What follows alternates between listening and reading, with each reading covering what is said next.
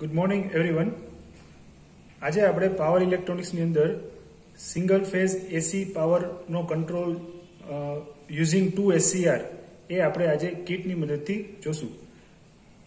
આની પહેલાના પ્રેક્ટિકલમાં આપણે સિંગલ ફેઝ એસી પાવરનો કંટ્રોલ છે એ ટ્રાયકની મદદથી આપણે લોડનો પાવર છે એ કંટ્રોલ કરતા હતા. આજે પણ આપણે એસી પાવરનો કંટ્રોલ જ કરવાનો છે, પણ આજનો જે પ્રેક્ટિકલ છે એ યુઝિંગ 2 SCR છે. બરોબર. તો અહીંયા તમે આ જે કીટ છે આપણી, એમાં પહેલાં હું તમને એના કમ્પોનન્ટ વિશે માહિતી આપું તો આ આપણો 230 વોલ્ટ એસી અહીંયા સપ્લાય આવે છે. ત્યારબાદ આ જે આખી સર્કિટ છે એ આપણી કંટ્રોલ સર્કિટ છે. ટ્રાયકની અંદર આપણે શું કરતા હતા કે જે ટ્રાયકને ગેટ પલ્સ આપતા હતા એ કેના દ્વારા આપતા હતા? આપણે ડાયકની મદદથી આપતા હતા. જ્યારે અહીંયા આપણે એક કરતાં વધારે એસસીઆર છે, બરોબર, આપણી પાસે, કેમ કે યુઝિંગ 2 SCR આપણે પાવરને કંટ્રોલ કરવાનો છે, તો 2 SCR માટે આપણે 2 ગેટ પલ્સની જરૂર પડશે. એટલે એના માટે આપણે જે કંટ્રોલ સર્કિટ છે એ યુજેટી સિંક્રોનાઇઝ્ડ ટ્રિગર સર્કિટ છે એનો ઉપયોગ છે એ આપણે અહીંયા કરીએ છીએ. બરોબર. આ આખી આપણી કંટ્રોલ સર્કિટ છે.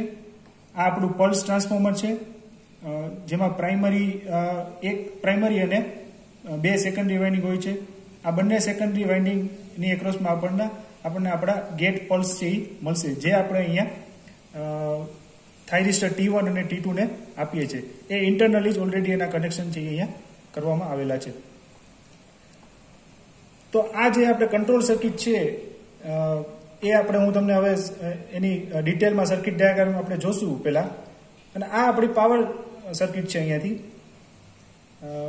Phase neutral 230 volt AC supply અહીંયા આવે છે. આપણો આ T1 અને T2 બંને SCR છે એ એન્ટી પેરેલલમાં કનેક્શન છે એના કરેલા છે. અને ત્યારબાદ અહીંયા આપણો આ છે એ લોડ છે. લોડ તરીકે આપણે અત્યારે અહીંયા એક લેમ્પ જોડેલો છે અને એક આપણે અહીંયા મોટર છે એ પણ જોડેલી છે. બરોબર. હવે આપણે કંટ્રોલ સર્કિટ પહેલા સમજીએ. તો આ જે યુજેટી સિંક્રોનાઇઝ ટ્રિગરિંગ સર્કિટ છે એની અંદર આવી કંઈક સર્કિટ છે એ હોય છે. તો સૌથી પહેલા એસી સોર્સમાંથી આપણે ડીસીમાં એને કન્વર્ટ કરીએ છીએ, એટલે કે અહીંયા રેક્ટિફાયરનો ઉપયોગ કરીએ છીએ. 4 ડાયોડ છે, D1, D2, D3, D4. ત્યારબાદ રેઝિસ્ટર R1 છે અહીંયા. અને યુજેટીને સપ્લાય ફિક્સ વોલ્ટેજ આપવા માટે અહીંયા આપણે ઝેનર ડાયોડનો ઉપયોગ છે એ કરેલો છે. ઝેડ જે લખેલું છે ત્યાં. આ ઝેનર ડાયોડને જેટલા વોલ્ટેજની જરૂર હશે એ આપણે આ R1 રેઝિસ્ટર દ્વારા એ આપણે અહીંયા જોઈતા વોલ્ટેજ છે એને અહીંયા મળશે. વધારાના વોલ્ટેજ છે એ આપણે અહીંયા ડ્રોપ કરાવશું, જે મળશે એ આપણને ડીસી વોલ્ટેજ.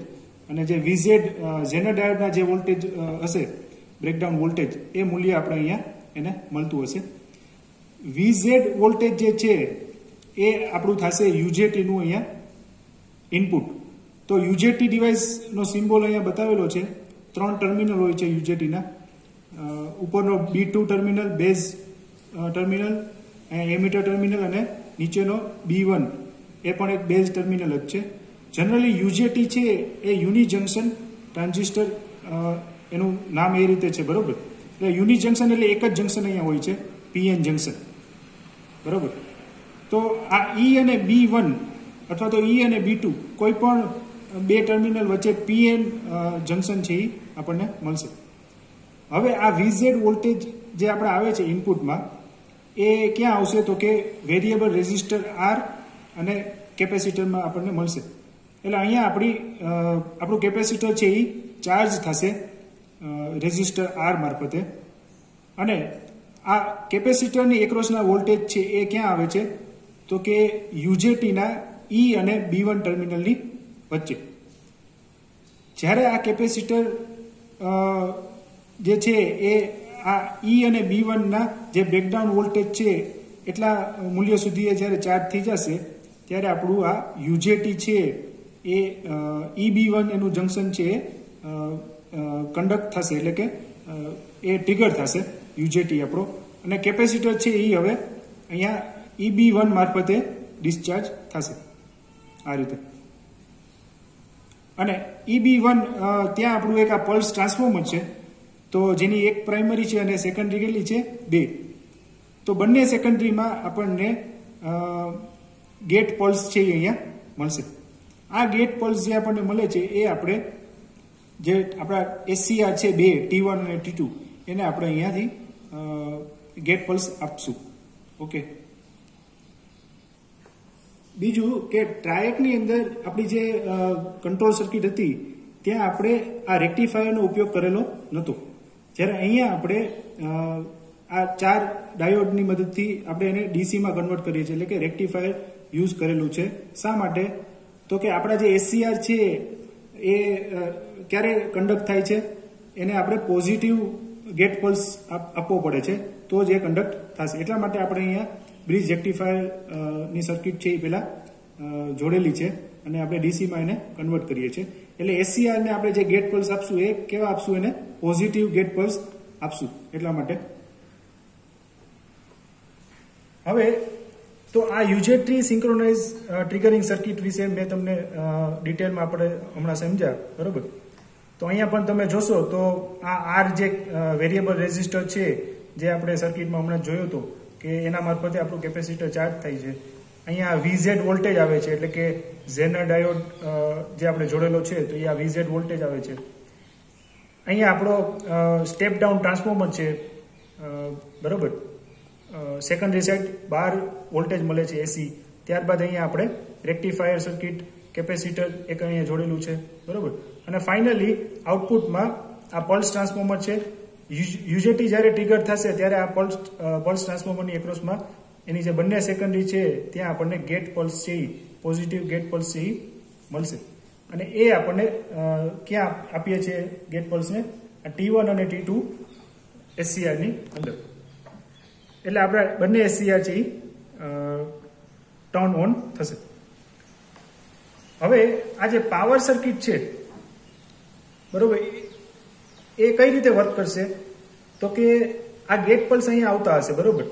T1 અને T2 પાસે, બંને પાસે આવતા હશે. પણ જે સમયે જે થાઇરિસ્ટરની એક્રોસ માં પોઝિટિવ એનોડ વોલ્ટેજ મળતા હશે, એટલે કે એનોડ અને કેથોડ વચ્ચે પોઝિટિવ વોલ્ટેજ આવતા હશે, એનોડ પોઝિટિવ અને કેથોડ નેગેટિવ, એ SCR છે એ ટ્રિગર થશે. એટલે સપોઝ અહીંયા પોઝિટિવ હાફ સાયકલ માટે આપણે વાત કરીએ તો T1 ની એક્રોસમાં T1 નો એનોડ પોઝિટિવ અને કેથોડ નેગેટિવ બને છે.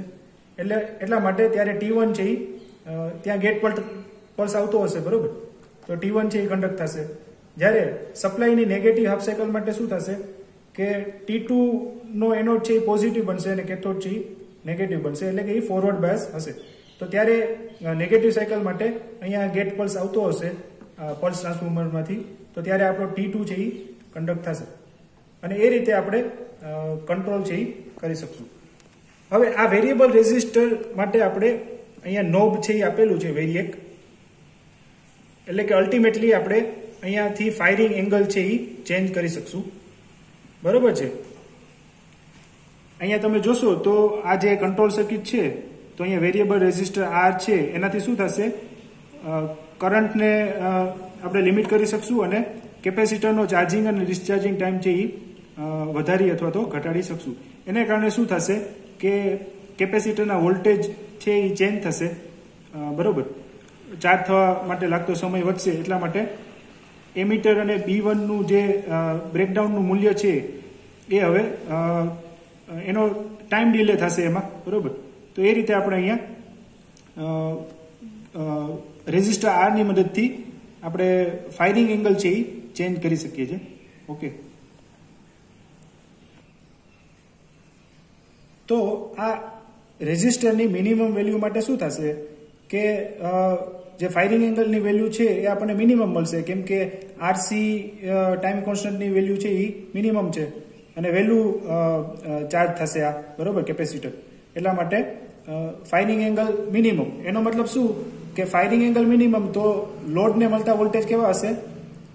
મેક્સિમમ, બરોબર? કેમ કે SCR છે આપણા બે T1 T2 એ એટલા વહેલા ફાયર થશે કેમ કે કેપેસિટર વહેલું ચાર્જ થશે. જ્યારે અહીંયા આપણે રેઝિસ્ટરની મેક્સિમમ વેલ્યુ માટે કેપેસિટર મોડું ચાર્જ થશે તો ફાયરિંગ એંગલ એનો વધારે હશે. ફાયરિંગ એંગલ વધારે હશે તો આપણા એસસીઆર જે છે આ બંને ડિલે થોડાક સમય પછી એટલે કે મોડા ટ્રિગર થશે. એટલા માટે લોડને વોલ્ટેજ કેવા મળતા હશે ત્યારે ઓછા વોલ્ટેજ મળશે. બરોબર. તો આ રીતે આપણે પાવરનો કંટ્રોલ છે એ કરી શકશું આ વેરિએકને વેરી કરવાથી.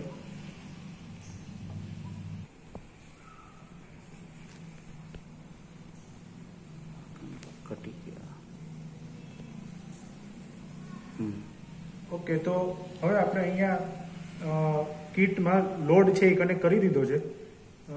લેમ્પ લોડ કનેક્ટ કરેલો છે અને એક આપણે અહીંયા યુનિવર્સલ મોટર છે એ પણ કનેક્ટ કરેલી છે. બંને લોડ છે એ આપણે કનેક્ટ કરેલા છે. અને સૌ પ્રથમ આપણે જે રીડિંગ લેશું એ આ ફાયરિંગ એંગલ જે એડજસ્ટમેન્ટ છે એ અત્યારે ફાયરિંગ એંગલ અત્યારે આ મેક્સિમમ પોઝિશન ઉપર છે.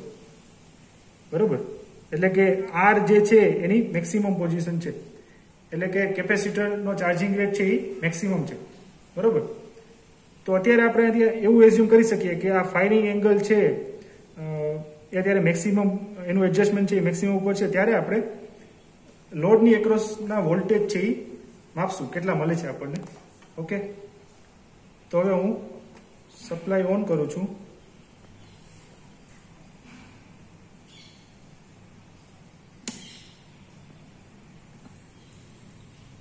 તો આ પોઝિશન માટે તમે જોશો તો લોડની એક્રોસમાં વોલ્ટેજ 0.248 એટલે 0 વોલ્ટ આવે છે બંને લોડની એક્રોસમાં, લેમ્પ અને મોટર. ઓકે, તો હવે મેં આપણું જે બીજું રીડિંગ છે એ આપણે ફાયરિંગ એંગલ છે એ મીડિયમથી થોડોક વધારે રાખેલો છે. એ પોઝિશન માટે આપણે લોડની એક્રોસના વોલ્ટેજ છે એ માપશું. તો અત્યારે જોશો લેમ્પ ગ્લો થયો છે આપણો અને જે મોટર છે આપણી યુનિવર્સલ મોટર એ પણ ફરવાનું ચાલુ થયું છે. એટલે કે થોડાક વોલ્ટેજ છે એ હવે મળે છે. મીટરમાં જોશો તો કેટલા વોલ્ટેજ છે? 90 આસપાસ છે. બરોબર, 90.3. ઓકે, હવે થર્ડ આપણું લાસ્ટ જે રીડિંગ છે એમાં ફાયરિંગ એંગલનું એડજસ્ટમેન્ટ આપણે મિનિમમ કરી દીધું છે અને રેઝિસ્ટર આર છે મિનિમમ ઉપર છે. એટલા માટે કેપેસિટરનું જે ચાર્જિંગ રેટ છે એ વહેલો છે, એકદમ જ ફાસ્ટ ચાર્જ થાય છે કેપેસિટર. એટલે કે એસસીઆરનો જે ફાયરિંગ એંગલ છે મિનિમમ છે. ત્યારે લોડની એક્રોસના જે વોલ્ટેજ છે આપણે જોઈ શકીએ કેટલા આવે છે, 118 પોઈન્ટ સમથિંગ આવે છે. 118. ફાયરિંગ એંગલની મિનિમમ પોઝિશન માટે લોડની એક્રોસમાં ફૂલ વોલ્ટેજ આવે છે આપણા. બરોબર. મોટરની સ્પીડ પણ તમે જોશો અને લેમ્પ પણ ફૂલ ગ્લો થાય છે અત્યારે. આ રીતે લોડની એક્રોસના વોલ્ટેજ છે એ આપણે કંટ્રોલ કરી શકીએ છીએ યુઝિંગ 2 SCR.